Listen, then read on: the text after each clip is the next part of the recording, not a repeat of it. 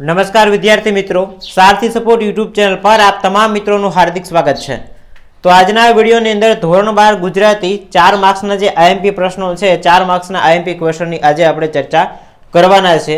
તો જો આ વિડિયોની પીડીએફ ફાઇલ તમારે ડાઉનલોડ કરવી હોય તો ડિસ્ક્રિપ્શનમાં આપેલી લિંક પરથી પીડીએફ ડાઉનલોડ કરી શકશો અને બીજા વિષયના આઈએમપી પ્રશ્નોના વિડિયો જોવા હોય તો એ પણ તમે ચેનલના પ્લેલિસ્ટમાંથી જોઈ શકશો।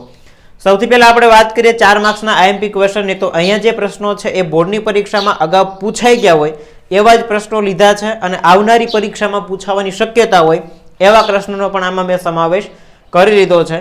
એટલે આટલા પ્રશ્નો તમે તૈયાર કરી લો એટલે 4 માર્ક્સના જે પ્રશ્નો ગુજરાતી વિષયમાં પૂછાય છે એ આની બહાર જાય નહીં।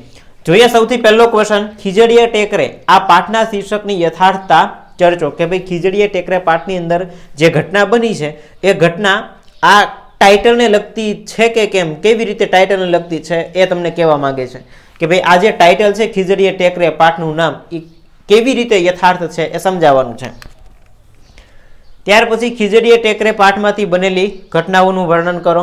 જે પોસ્ટ માસ્ટરને ત્યાં દીકરાનો જન્મ થાય છે, મૃત્યુ પામેલો છે એવું કહે છે, દફનાઈ દે છે, એમાંથી ભોજો કફન કાઢી લે છે, બાળક જીવતું નીકળે છે। તો આ જે આખી ઘટના બને છે આ ઘટનાને સવિસ્તાર તમારે સમજાવવાની છે। ત્યાર પછી ઉછીનું માગનારા નિબંધના શીર્ષકની યથાર્થતા ચર્ચો। એના પછી 4 નંબરનો પ્રશ્ન છે, ઉછીનું માગનારા લોકો હોય એના સ્વભાવની ખાસિયત તમારા શબ્દમાં લખો। 5મો પ્રશ્ન, અમરનાથ યાત્રામાં પ્રવાહિત નદીના પલટાતા મનોહર દ્રશ્યો તમારા શબ્દમાં લખો। એના પછીનો ક્વેશ્ચન છે, યુધિષ્ઠિર યુદ્ધ વિષાદ આ નાટકના અંતની ચર્ચા કરો। મતલબ કે આ પાઠ પૂરો થાય છે તો એની જે અંતની અંદર ઘટના આવે છે એ ઘટના તમારે આલેખવાની છે। ત્યાર પછી 7 નંબરનો પ્રશ્ન છે, યુધિષ્ઠિર યુદ્ધ વિષાદ આ નાટકના કથાવસ્તુને તમારા શબ્દમાં આલેખો। મતલબ કે એ પાઠનો આખો સારાંશ, એ પાઠની અંદર કઈ ઘટના આવે છે, કથાવસ્તુ ટૂંકમાં શું છે એ તમારે તમારા શબ્દમાં લખવાનું છે। ત્યાર પછીનો ક્વેશ્ચન છે, મહાત્માના માણસ આ પાઠનું ટાઇટલ થઈ ગયું, શીર્ષક થઈ ગયું, આ શીર્ષકની યથાર્થતા ચર્ચવાની છે। એના પછી સત્યાગ્રહી મણિભાઈનો અનુભવ તમારા શબ્દમાં વર્ણવો। 10મો પ્રશ્ન છે, સેલ્વી પંકજમ જે પાઠ છે એ પંકજમની હકીકત જાણ્યા પછી નાયકે કયું મનોમંથન અનુભવ્યું। ત્યારબાદ 11મો ક્વેશ્ચન, લેખકે ઈશ્વરની સર્વવ્યાપકતા અને એકરૂપતા કયા કયા દ્રષ્ટાંતો આપી વર્ણવી છે। 12મો પ્રશ્ન, અનુરુદ્ધનો ગૃહત્યાગ વાર્તાનો ધ્વનિ સ્પષ્ટ કરો। મતલબ કે અનુરુદ્ધનો ગૃહત્યાગ જે પાઠ છે, વાર્તા છે, એ પાઠની અંદર ટૂંકમાં કેવા શું માગે છે, એનો મર્મ શું છે એ મર્મ તમારે લખવાનો છે। ત્યાર પછી 13મો ક્વેશ્ચન છે, સામાજિક સમરસતાના નિર્માણમાં બાબા સાહેબ આંબેડકરનું યોગદાન તમારા શબ્દમાં આલેખવાનું છે।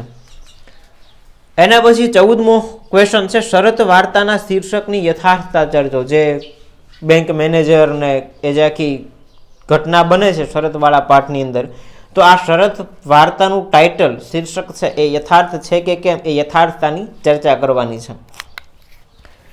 ત્યાર પછી 15મો ક્વેશ્ચન છે, અખિલ બ્રહ્માંડમાં કાવ્યમાં નરસિંહ મહેતા પરમ તત્વને શી રીતે સમજાવે છે।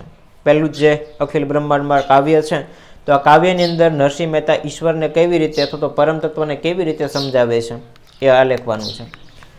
ત્યાર પછીનો ક્વેશ્ચન છે, પ્રશ્ન નંબર 16, દમયંતી સ્વયંવર કડવાની કથા તમારા શબ્દમાં આલેખો। મતલબ કે દમયંતી સ્વયંવર જે કથા છે આ કથાને આપણે આપણા શબ્દમાં આલેખવાની છે કે ભાઈ એની અંદર શું છે, કેવી રીતના આખી ઘટના બને છે એ ઘટનાનું વર્ણન કરવાનું છે। ત્યાર પછી 17મો ક્વેશ્ચન છે, દેવોએ નળ અને દમયંતીને પ્રસન્ન થઈને કયા કયા વરદાન આપ્યા। આ પ્રશ્ન અવારનવાર પરીક્ષામાં પૂછાય છે એટલે આઈએમપી છે, તૈયાર કરી લેવાનું। ત્યારબાદ રામબાણ પદ છે એ પદનું મર્મ તમારા શબ્દમાં લખવાનો છે। ત્યારબાદ 19મો ક્વેશ્ચન છે, રામબાણ કોને કોને વાગ્યા છે અને એની શી અસર થઈ। 20મો ક્વેશ્ચન, લક્ષ્મણ ઉર્મિલાનું બહુમાન કેવી રીતે કરે છે, પરીક્ષામાં પૂછાઈ ગયેલો પ્રશ્ન છે કે ભાઈ જ્યારે રામ અને સીતા વનમાં જાય છે ત્યારે એ રામ અને સીતાની સાથે સાથે લક્ષ્મણ પણ વનમાં જાય છે અને વનમાં જવા માટે જાણ કરવા, સંમતિ લેવા માટે ઉર્મિલા પાસે જાય છે। લક્ષ્મણના પત્ની છે તો જ્યારે એ ઉર્મિલા પાસે જાય છે ત્યારે ઉર્મિલાને ના નથી પાડતી, વલોપાત નથી કરતી અને એમને હસતા મુખે પહેલાં વિદાય આપે છે અને પછી એ કલ્પાંત કરીને રોવે છે। તો આ જે લક્ષ્મણ છે એ ઉર્મિલાનું બહુમાન કઈ રીતે કરે છે એના વિશે માહિતી આપવાની કહે છે. પછી ઉર્મિલા કાવ્યના આધારે ઉર્મિલાનું ચરિત્ર ચિત્રણ કરવાનું તમને પૂછાઈ શકે. ત્યારબાદ 22મો ક્વેશ્ચન છે જુઓ ગઝલના ભાવ દર્શન કરાવો. જુઓ ગઝલ છે એનો ટૂંકમાં ભાવાર્થ લખવાનું પૂછાઈ શકે. ત્યારબાદ પથ્થર થરથર ધ્રુજે કાવ્યના શીર્ષકની યથાર્થતા ચર્ચો કે ભાઈ આ પાઠનું નામ છે પથ્થર થરથર ધ્રુજે એ કેવી રીતે યોગ્ય છે એ સમજાવવાનું પૂછાઈ શકે. ત્યારબાદ બાનો વર્તમાન અને બાનો ભૂતકાળ કવિતાના આધારે વર્ણવો. જ્યારે દીકરા વેકેશન પડે છે એટલે શહેરમાંથી ગામડામાં આવે છે, પાછું વેકેશન ખુલે છે એટલે ધંધા અર્થે શહેરમાં જતા રહે છે, તો એ વર્તમાન અને ભૂતકાળ પાઠના આધારે કવિતાના આધારે લખવાનો છે. ત્યારબાદ 24મો ક્વેશ્ચન છે 25મો પ્રશ્ન છે ભાણીની કરુણ પરિસ્થિતિનું વર્ણન કરો. બહુ કરુણ રીતે કવિ એમાં આલેખેલું છે, તો એ ઘટના છે તમારે વર્ણવવાની છે. તો આ 25 જેટલા પ્રશ્નો છે એ 25 જેટલા પ્રશ્નો તમારે 4 માર્ક્સના જે પ્રશ્નો લાંબા પૂછાય છે 4 માર્ક્સના પ્રશ્નોની અંદર આ 25 ક્વેશ્ચન કરી લો એટલે મોસ્ટ ઓફ બધા ક્વેશ્ચન આમાંથી આવી ગયા. આની સિવાય તમારે 4 માર્ક્સના પ્રશ્નો માટે કોઈ જગ્યાએ ફાફા મારવાની જરૂર નથી, રાઈટ. અને પીડીએફ ડાઉનલોડ કરવી હોય તો ડિસ્ક્રિપ્શનમાં તમને આપેલી છે, ત્યાંથી તમે પીડીએફ પણ ડાઉનલોડ કરી શકશો. અને બીજા વિષયના વિડીયો તમારે મેળવવા હોય તો એ પણ આપણે અલગથી પ્લેલિસ્ટ બનાવી અને એ પ્લેલિસ્ટમાં અપલોડ કરેલા છે. ઓકે, તો ત્યાંથી તમે એ પણ ડાઉનલોડ કરી શકશો. તો મળીએ છીએ નવા વિડીયો સાથે. જય હિન્દ, જય ભારત.